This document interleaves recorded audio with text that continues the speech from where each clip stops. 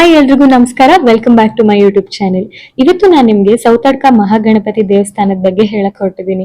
ಸೌತಡ್ಕ ಮಹಾಗಣಪತಿ ದೇವಸ್ಥಾನ ನಮ್ಮ ಭಾರತದ ಕರ್ನಾಟಕ ರಾಜ್ಯದ ದಕ್ಷಿಣ ಜಿಲ್ಲೆಯಲ್ಲಿದೆ. ಇದು ಬೆಳ್ತಂಗಡಿ ತಾಲೂಕಿನ ಕೊಕ್ಕಡಿಯಿಂದ ಬರೀ 3 ಕಿಲೋಮೀಟರ್ ದೂರದಲ್ಲಿರೋದು. ಈ ದೇವಸ್ಥಾನದಲ್ಲಿ ಮಹಾಗಣಪತಿಗೆ ಯಾವುದೇ ತರ ಗರ್ಭಗುಡಿ ಇಲ್ಲ, ಆದ್ರೂ ಸಹ ತುಂಬಾ ಪವರ್ಫುಲ್ ಅಂತಾನೆ ಇಲ್ಲಿ ಮಾತಿದೆ. ಎಷ್ಟೊಂದು ಗಂಟೆಗಳನ್ನ ಸಹ ಇಲ್ಲಿ ಕಟ್ಟಿದ್ದಾರೆ. ಸೊ ನಾನಿವತ್ತು ನಿಮ್ಗೆ ಇದ್ರ ಇತಿಹಾಸನ ಹೇಳ್ತೀನಿ, ಬನ್ನಿ. ಮೊದ್ಲಿಗೆ ಈ ಸ್ಥಳನ ಯಾಕೆ ಸೌತಡ್ಕ ಅಂತ ಹೇಳ್ತಾರೆ ಅಂತ ತಿಳ್ಕೊಳ್ಳೋಣ.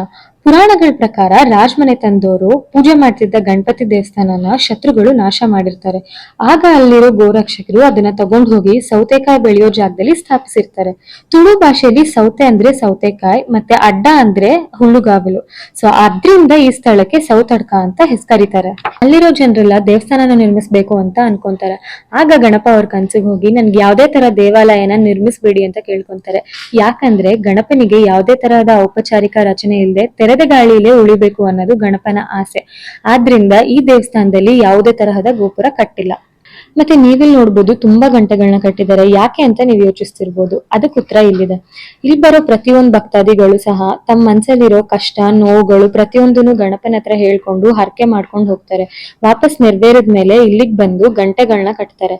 ಆದ್ರೆ ಗಂಟೆನೇ ಯಾಕೆ ಕಟ್ತಾರೆ ಅಂತ ನೀವ್ ಯೋಚನೆ ಮಾಡ್ತಿರ್ಬೋದು. ಯಾಕೆ ಅಂತ ನಾನ್ ನಿಮ್ಗೆ ಹೇಳ್ತೀನಿ, ಬನ್ನಿ. ಗೋರಕ್ಷಕರು ದೇವ್ರನ್ನ ಇಲ್ಲಿ ತಂದು ಸ್ಥಾಪನೆ ಮಾಡಿದಾಗ ಪ್ರತಿನಿತ್ಯ ಪೂಜೆ ಮಾಡ್ತಾ ಇರ್ತಾರೆ. ಅವ್ರ ಜೊತೆ ಇದ್ದ ದನ ಕರುಗಳೆಲ್ಲ ಕತ್ತಲ್ಲಿ ಕಟ್ಟಿದ ಗಂಟೆಯಿಂದ ಶಬ್ದ ಮಾಡ್ತಿರ್ತವೆ.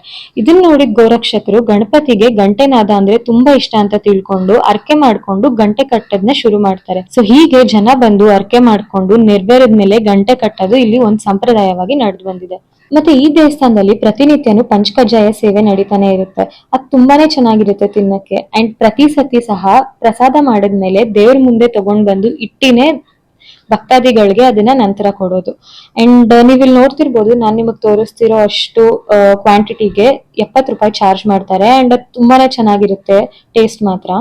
ಕೊನೆಯದಾಗಿ ಇಲ್ಲಿ ಮಹಾಪೂಜೆ ಯಾವಾಗ ನಡೆಯುತ್ತೆ ಅನ್ನೋ ನಿಮ್ ಪ್ರಶ್ನೆಗೆ ಉತ್ತರ ಜನವರಿಲಿ ಮಹಾಪೂಜೆ ಇಲ್ಲಿ ನಡೆಯುತ್ತೆ. ಸೊ ಹೀಗೆ ಬೇಡಿ ಬಂದ ಪ್ರತಿಯೊಬ್ಬ ಭಕ್ತನ ಇಷ್ಟ ಕಷ್ಟ ಎಲ್ಲಾ ಫಲಿಸಿದೆ ಅನ್ನಕ್ಕೆ ಸಾಕ್ಷಿನೇ ಇಲ್ಲಿ ಕಟ್ಟಿರೋ ಗಂಟೆಗಳು. ನೀವು ಕೂಡ ಇಲ್ಲಿ ಬಂದು ನಿಮ್ಮ ಇಷ್ಟ ಕಷ್ಟಗಳೆಲ್ಲ ದೇವ್ರಿಗೆ ಹೇಳಿ, ನಿಮ್ ಕಷ್ಟಗಳೆಲ್ಲ ಸಹ ನಿವಾರಣೆ ಆಗುತ್ತೆ ಅಂತ ಹೇಳ್ತಾ ನಾನ್ ಈ ವಿಡಿಯೋನ ಇಲ್ಲಿಗೆ ಮುಗಿಸ್ತಿದೀನಿ. ಹೋಪ್ ನಿಮ್ಮೆಲ್ರಿಗೂ ಈ ವಿಡಿಯೋ ಇಷ್ಟ ಆಗಿದೆ ಅಂತ ಭಾವಿಸ್ತೀನಿ. ಇದೇ ತರದ ವಿಡಿಯೋಸ್ ಬೇಕಂದ್ರೆ ಕಮೆಂಟ್ ಸೆಕ್ಷನ್ ಅಲ್ಲಿ ಕಮೆಂಟ್ ಮಾಡಿ ಯಾವ ದೇವಸ್ಥಾನದ ಬಗ್ಗೆ ನಿಮ್ಗೆ ಇತಿಹಾಸ ತಿಳ್ಕೊಬೇಕು ಅಂತ. ಸೊ ನಾನ್ ಅಲ್ಲಿಗೆ ಟ್ರಾವೆಲ್ ಮಾಡಿ ಆ ದೇವಸ್ಥಾನದ ಇತಿಹಾಸ ನಾನ್ ನಿಮಗ್ ತಿಳಿಸ್ಕೊಡ್ತೀನಿ.